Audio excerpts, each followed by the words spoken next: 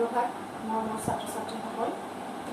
আমি ইতিমধ্যে পঢ়ি আছিলোঁ উপেন্দ্ৰ চন্দ্ৰ লেখাৰুদেৱৰ দ্বাৰা ৰচিত প্ৰবন্ধ আনন্দৰাম বৰুৱা। আৰু এই প্ৰবন্ধটোৰ আলোচনাৰ আমি ইতিমধ্যে দুটা ক্লাছ আমি আলোচনা কৰিছোঁ। তোমালোকৰ নিশ্চয় আগৰ পঢ়োৱাখিনি মনত আছে যে লেখকে কৈছে যে আনন্দৰাম বৰুৱাই দেখুৱাই থৈ যোৱা মহৎ আদৰ্শৰাজি অনুকৰণ কৰি আমি কি কৰিব পাৰোঁ, নিজকে উন্নতিৰ পথলৈ আগবঢ়াই লৈ যাব পাৰোঁ। আমাৰ পাঠ্যত এই পাঠটি নিৰ্বাচন কৰাৰ উদ্দেশ্যই হৈছে এইটো যে এনেকুৱা মহাপুৰুষৰ জীৱনী অধ্যয়ন কৰি যাতে আমি কি কৰিব পাৰোঁ, নিজৰ মানসিক বিকাশ ঘটাব পাৰোঁ। আমি ইয়াতে আনন্দৰাম বৰুৱাৰ বিশেষ কিছুমান গুণৰ বিষয়ে আগৰ পাঠদানত পঢ়িছোঁ। যে আনন্দৰাম বৰুৱাৰ কি আছিল, পিতৃ মাতৃৰ প্ৰতি শ্ৰদ্ধা আছিল। আনন্দৰাম বৰুৱাৰ এটা বিশেষ গুণ আছিল একান্তভাৱে জ্ঞান চৰ্চা কৰা গুণটো। তেওঁ জানিছিল যে কিবা এটা বিষয় আয়ত্ত কৰিবলৈ হ'লে কি কৰিব লাগিব, মন পুতি অধ্যয়ন কৰিব লাগিব। গতিকে আনন্দৰাম বৰুৱাদেৱে কি কৰিছিল, এই বিষয়টো মন পুতি অধ্যয়ন কৰিছিল। তাৰোপৰি আনন্দৰাম বৰুৱাই কি কৰিছিল, নিজৰ দেশৰ প্ৰতিও শ্ৰদ্ধা ভাৱ প্ৰদৰ্শন কৰিছিল। এইখিনি কথা আমি ইতিমধ্যে আগৰ ক্লাছত পঢ়িছোঁ। গতিকে আনন্দৰাম বৰুৱাৰ এই যিবিলাক বিশেষ গুণ, যে একান্তভাৱে জ্ঞান চৰ্চা কৰা গুণটো আমিও জনা উচিত যে আমি যদি কিবা এটা বিষয় আয়ত্ত কৰিব বিচাৰোঁ তেনেহ'লে আমি কি কৰিব লাগিব, একান্তভাৱে জ্ঞান চৰ্চা কৰিব লাগিব। আনন্দৰাম বৰুৱাই ল'ৰালি কালত এখন সংস্কৃত অভিধান মুখস্থ কৰিছিল আৰু সেই অভিধানখনৰ নাম আছিল, তোমালোকৰ নিশ্চয় মনত আছে, মই আগৰ ক্লাছত কৈছিলোঁ, অমৰ কোষ। এই অমৰ কোষ নামৰ সংস্কৃত অভিধানখন আনন্দৰাম বৰুৱাই ল'ৰালি কালত মুখস্থ কৰিছিল। আৰু এইখন লিখিছিল কোনে, এইখন অমৰ সিংহই।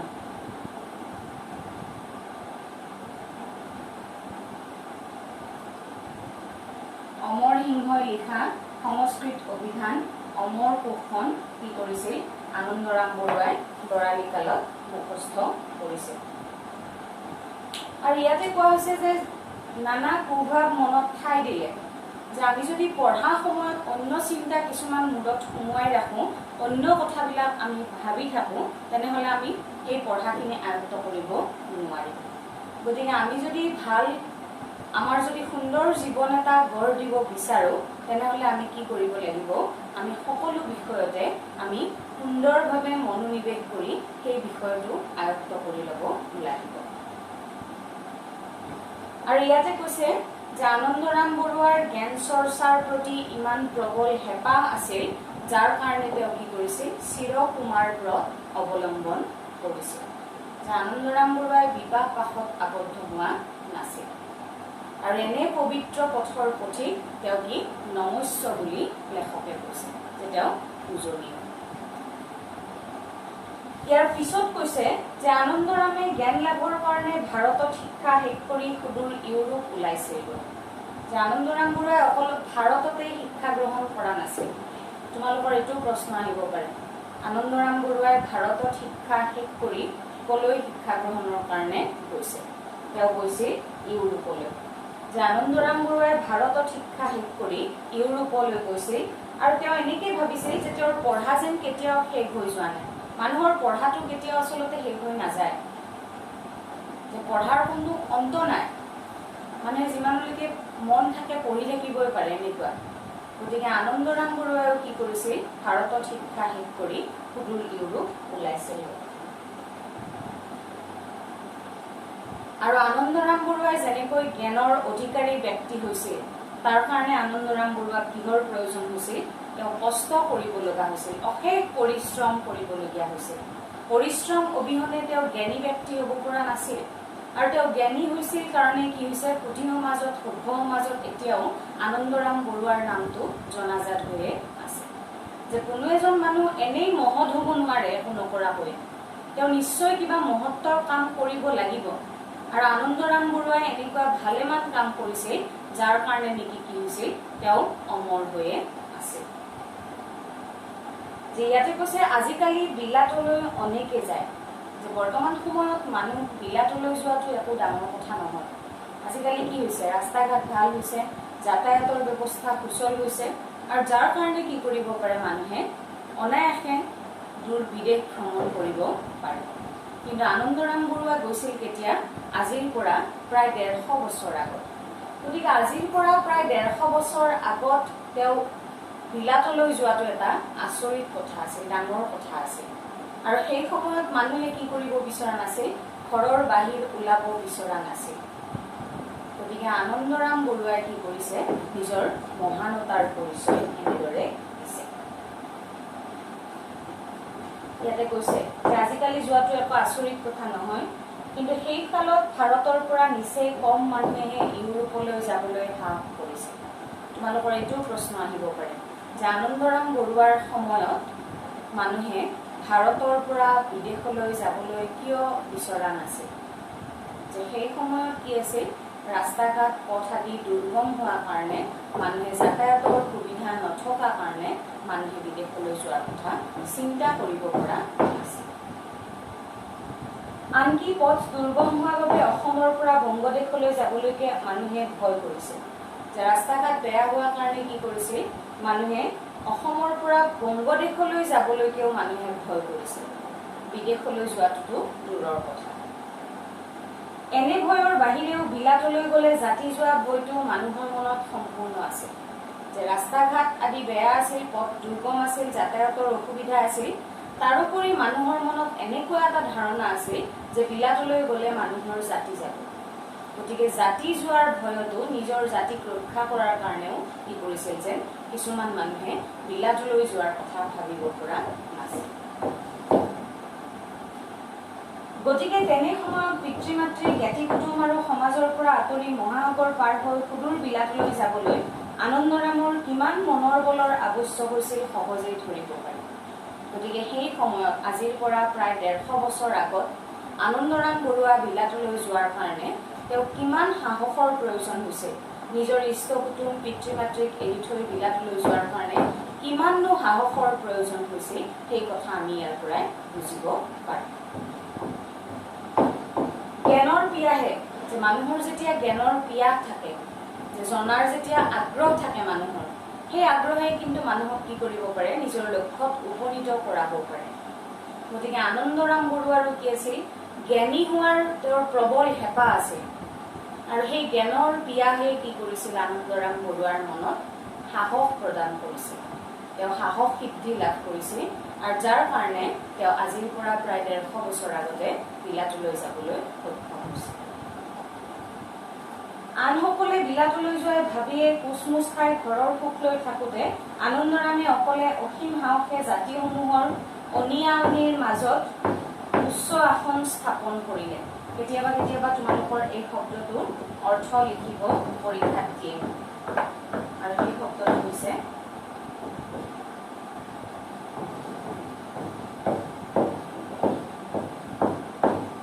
অনিয়া অনি।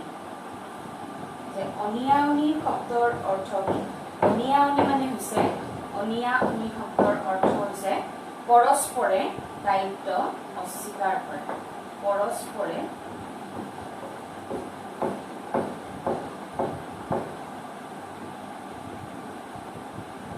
দায়িত্ব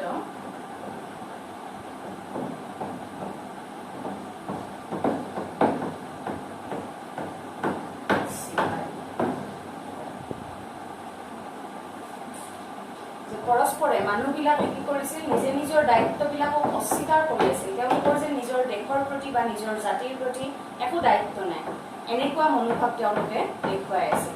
গতিকে সেই পৰস্পৰে দায়িত্ব অস্বীকাৰ কৰি থকা সময়তে আনন্দৰাম বৰুৱাই কি কৰিছিল, বিলাতলৈ গৈছিল।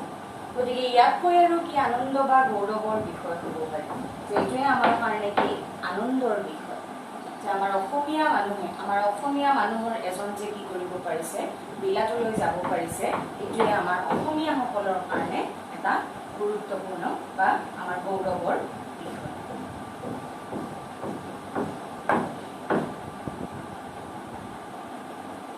ইয়াৰ পিছত আকৌ কৈছে যে আনন্দৰামে অসমীয়া ভাষাত একো নেলিখিলে এখন অসম বুৰঞ্জী লিখি থৈ নগ'ল, বক্তৃতা আদি দি কোনো আন্দোলনৰ সূত্ৰপাত নকৰিলে। যে আনন্দৰাম বৰুৱাই অসমীয়া ভাষাত গ্ৰন্থ লিখা নাছিল, মই আগৰ পাঠদানত কৈছোৱে। সেইকাৰণে কিছুমানে কি কৰিব বিচাৰে, আনন্দৰাম বৰুৱাক দোষাৰোপ কৰিব বিচাৰে, কিন্তু এয়া ভুল আৰু যুক্তিহীন। এই কথা আমি আগৰ পাঠদানত আলোচনা কৰিছোঁ। গতিকে আনন্দৰাম বৰুৱাই যদিও বক্তৃতা আদি দি কোনো আন্দোলনৰ সূত্ৰপাত কৰা নাছিল, আৰম্ভণি কৰা নাছিল, তথাপি কিন্তু তেওঁ কি কৰিছিল, সকলো কৰ্মক্ষেত্ৰৰে মূল দুৱাৰ যেন তেওঁ মুকলি কৰি দিছিল। যে কৰ্ম অবিহনে যে মানুহৰ আৰু আন গতি নাই, যে মানুহে কৰ্ম কৰিবই লাগিব, কাম কৰিবলৈ আগবাঢ়ি যাবই লাগিব, এই কথাটো যেন আনন্দৰাম বৰুৱাইহে অসমীয়াসকলক কি কৰিছিল, শিকাই দিছিল। যে সকলো কাৰ্যৰ মূল দুৱাৰখন আনন্দৰাম বৰুৱাই খুলি দিছিল আৰু তেওঁৰ আদৰ্শেৰে আন অসমীয়াকো আগবাঢ়ি যাবলৈ অনুপ্ৰেৰণা যোগাইছিল। গতিকে নৱযুগৰ আৰম্ভণি অসমীয়াৰ পক্ষে গৌৰৱময় কৰি তোলাৰ কাৰণে আনন্দৰাম বৰুৱাই সদায় পূজা পাব বুলি লেখকে কৈছে। যে আনন্দৰাম বৰুৱাই সকলো কাৰ্যৰ মূল দুৱাৰখন মুকলি কৰি দি এটা নতুন যুগৰ সূচনা কৰি দিছিল। গতিকে নৱযুগৰ যে আৰম্ভণি কৰিলে তাৰ কাৰণে অসমীয়াসকলে কি কৰা উচিত, আনন্দৰাম বৰুৱাক সদায় পূজা কৰা উচিত। এইটো তোমালোকৰ পৰীক্ষাত প্ৰশ্ন আহিব পাৰে, কিহৰ বাবে আনন্দৰাম বৰুৱাই পূজা পাব। তোমালোকে লিখিবা যে নৱযুগৰ আৰম্ভণি অসমীয়াৰ পক্ষে গৌৰৱময় কৰি তোলাৰ কাৰণে আনন্দৰাম বৰুৱাই পূজা পাব।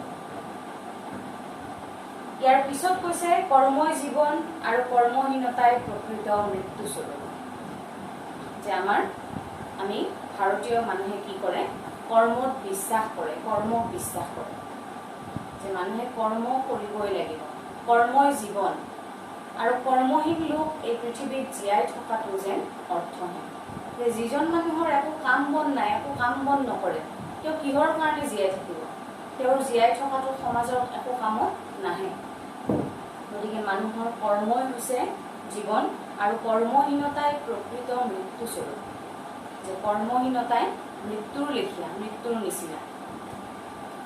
আনন্দৰামৰ মূল মন্ত্ৰ আছিল কৰ্ম।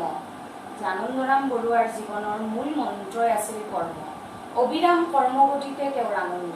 তেওঁ একেৰাহে কাম কৰি গৈ ভাল পাইছিল, কাম কৰি তেওঁ আনন্দ লাভ কৰিছিল। কামৰ বাবে তেওঁ কেতিয়াও প্ৰশংসা বা মান নিবিচাৰিছিল। যে আনন্দৰাম বৰুৱাই কাম কৰিছিল, হয়, কামত বিশ্বাস ৰাখিছিল, কিন্তু সেই কৰি যোৱা কামসমূহৰ কাৰণে আনন্দৰাম বৰুৱাই কেতিয়াও কিন্তু প্ৰশংসা বা সন্মান বিচৰা নাছিল। কিছুমান মানুহে কিহৰ কাৰণে কাম কৰে, প্ৰশংসা পাবলৈ কাম কৰিব বিচাৰে, কিন্তু আনন্দৰাম বৰুৱাৰ জীৱনৰ লক্ষ্য এইটো নাছিল। তেওঁ কাম কৰিছিল, যে তেওঁ কাম কৰি তেওঁ আনন্দ লাভ কৰিছিল, সেইটো কাৰণেহে আনন্দৰাম বৰুৱাই কৰ্ম কৰিছিল। আৰু তেওঁ কি মানুহৰ পৰা কেতিয়াও প্ৰশংসা পাবলৈ বাট চাই থকা নাছিল। তেওঁ জানিছিল যে ভাল কাম কৰিলে তেওঁ ভাল ফল পাব, আৰু সেইকাৰণে আনন্দৰাম বৰুৱাই কৰ্মত বিশ্বাস ৰাখি গোটেই জীৱন তেওঁ কৰ্ম কৰি গৈছিল। তেওঁতো জীয়াই আছিল মাত্ৰ ৩৯ বছৰ বয়স। গতিকে সেই ৩৯ বছৰ বয়সলৈকে যেন আনন্দৰাম বৰুৱাই নিজৰ যিখিনি কৰিব লগা, সেই কৰিব লগাখিনি যেন তেওঁ কৰি থৈ গৈছে। বিশ্ববিদ্যালয়ৰ শিক্ষা শেষ কৰি চাকৰি জীৱনৰ অতি কম বয়সৰ ভিতৰতে তেওঁ যিমানবিলাক উচ্চশ্ৰেণীৰ গ্ৰন্থ প্ৰকাশ কৰিছিল তাক দেখিলে আচৰিত মানিব লাগে। যে বিশ্ববিদ্যালয়ৰ শিক্ষা শেষ কৰিয়ে আনন্দৰাম বৰুৱাই বিভিন্ন ভালেমান তেওঁ গ্ৰন্থ কি কৰিছিল, প্ৰচাৰ কৰিছিল, প্ৰকাশ কৰি উলিয়াইছিল। গতিকে এই কথাত আমি আচৰিত হ'ব লাগে। তেওঁৰ কাম আৰু সংকল্প দেখি আন নালাগে জগত বিখ্যাত পণ্ডিত মেক্স মুলাৰৰ দৰে লোকেও বিস্ময় মানিছে। যে বিখ্যাত পণ্ডিত মেক্স মুলাৰেও কি কৰিছিল, আচৰিত হৈছিল আনন্দৰাম বৰুৱাৰ জীৱনৰ কাম আৰু সংকল্প দেখা। তোমালোকৰ এইটো প্ৰশ্ন আহিব পাৰে যে আনন্দৰাম বৰুৱাৰ কাম আৰু সংকল্প দেখি কোনগৰাকী পণ্ডিতে বিস্ময় মানিছে? মেক্স মুলাৰে বিস্ময়, আচৰিত মানিছে। কিন্তু আনন্দৰাম বৰুৱাই যেতিয়া অকালতে মৃত্যুক সাৱটি ল'ব লগা হ'ল, তেতিয়া কি হ'ল, অসমীয়া মানুহৰ যেন আশা ভৰসা মাৰ গ'ল।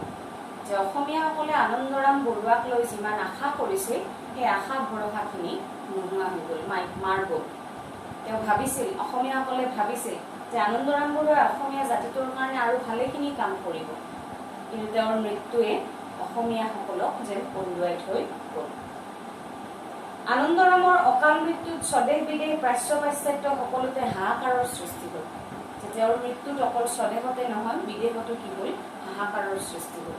আৰু লেখকে কৈছে সি হ'বৰে কথা, যে সেইটো এটা স্বাভাৱিক কথা, কাৰণ আনন্দৰাম বৰুৱাই নিজৰ জীৱন আৰু আদৰ্শৰ জৰিয়তে যিমানবিলাক কাম কৰি থৈ গৈছিল বা নিজৰ জাতিসমূহৰ আৰু প্ৰাচ্য পাশ্চাত্যৰ মাজত, প্ৰাচ্য আৰু পাশ্চাত্য দুটা হৈছে প্ৰাচ্য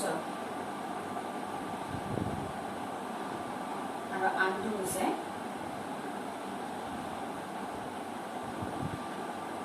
পাশ্চাত্য। প্ৰাচ্য মানে হৈছে পূবৰ দেশ আৰু পাশ্চাত্য পশ্চিমীয়া দেশ।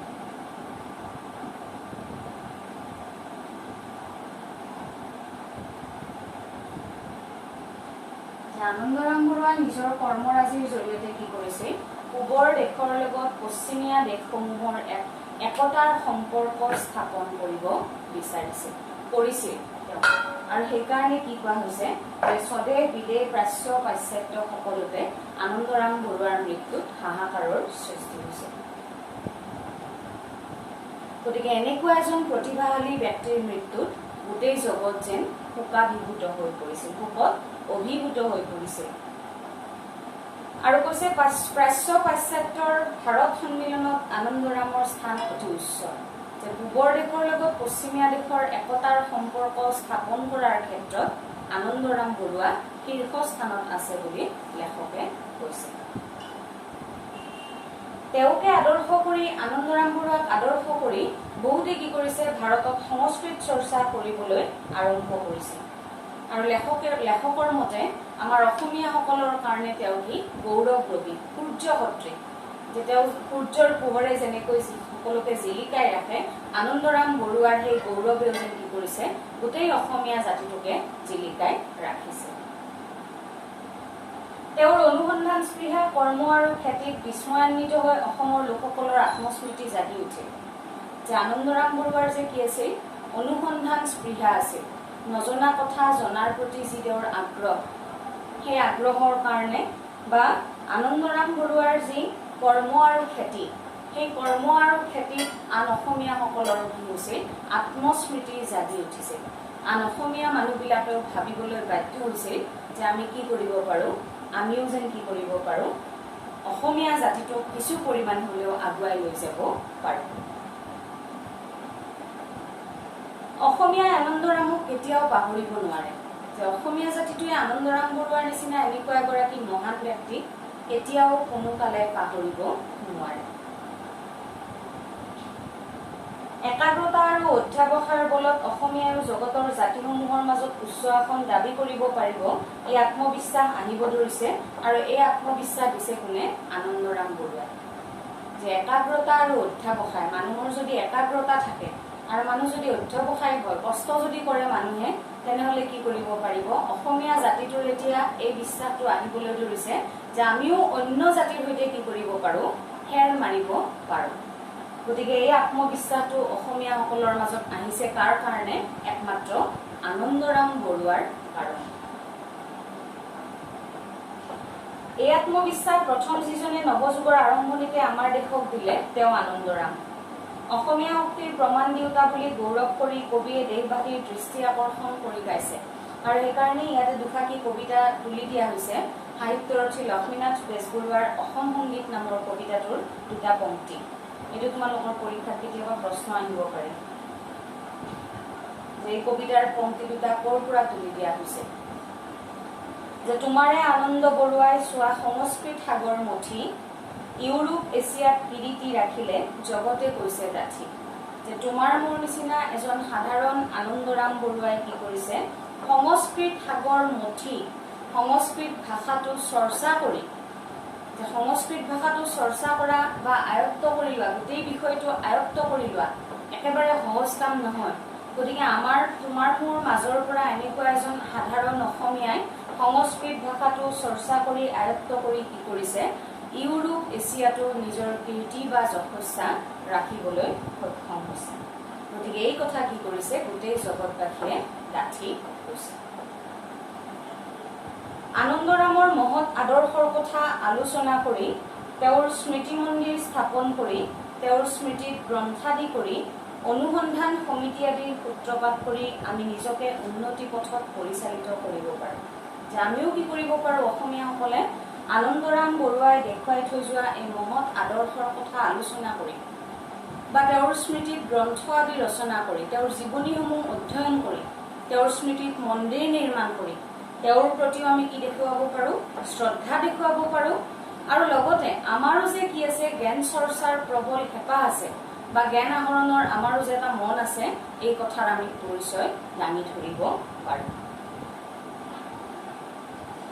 গতিকে আমাৰ নিজ মনোবৃত্তিৰ আৰু শিক্ষা সাধনাৰো আমি এনেদৰে পৰিচয় দিব পাৰোঁ বুলি লেখকে কৈছে আৰু ইয়াতে এই প্ৰবন্ধটো শেষ হৈছে আনন্দৰাম বৰুৱা প্ৰবন্ধটো গতিকে গোটেই প্ৰবন্ধটোতে আনন্দৰাম বৰুৱাৰ এই বিশেষ গুণৰাজি আলোচনা কৰিছে আৰু লগতে লেখকে কৈছে যে এনেকুৱা মহাপুৰুষৰ জীৱনী অধ্যয়ন কৰি বা মহাপুৰুষসকলৰ কথা আলোচনা কৰি হলেও আমি কি কৰিব পাৰোঁ নিজক উন্নতিৰ পথলৈ লৈ যাব পাৰোঁ আৰু লেখকে কৈছে যে আমি কিবা এটা ফলাফল ভাল ফলাফল লাভ কৰিবলৈ হলে কষ্ট কৰিবই লাগিব যে কষ্ট নকৰাকৈ কোনো মানুহে জীৱনত ভাল ফলাফল লাভ কৰিব নোৱাৰে গতিকে আনন্দৰাম বৰুৱাও সেই অসমীয়াসকলৰ নিচিনা সাধাৰণ গাঁৱত জন্মগ্ৰহণ কৰি খাৰ পাত কল কুঁহিয়াৰ খায়ে তেওঁ কি কৰিছিল বিখ্যাত হ'ব পাৰিছিল কিহৰ কাৰণে তেওঁৰ সেই একান্তভাৱে জ্ঞান চৰ্চা কৰা গুণৰ কাৰণে আৰু তেওঁৰ অসীম সাহসৰ কাৰণে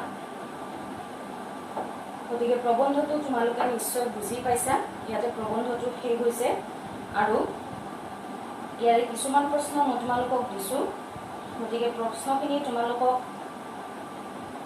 আৰু দুটামান প্ৰশ্ন মই তোমালোকক দি দিম আৰু যিকেইটা প্ৰশ্ন মই তোমালোকক দিয়া হোৱা নাই সেইকেইটা প্ৰশ্ন তোমালোকে নিজে লিখিবৰ কাৰণে চেষ্টা কৰিবা আৰু যদি কিবা নোৱাৰা বা নুবুজা তোমালোকৰ কিবা থাকে তেনেহ'লে মোৰ লগত আলোচনা কৰিলে গতিকে ইয়াতে প্ৰবন্ধটো শেষ হৈছে আৰু ইয়াৰ প্ৰশ্নখিনিও মই তোমালোকক একেলগে দি দিম আজিলৈ ইমানতে এৰিছোঁ ধন্যবাদ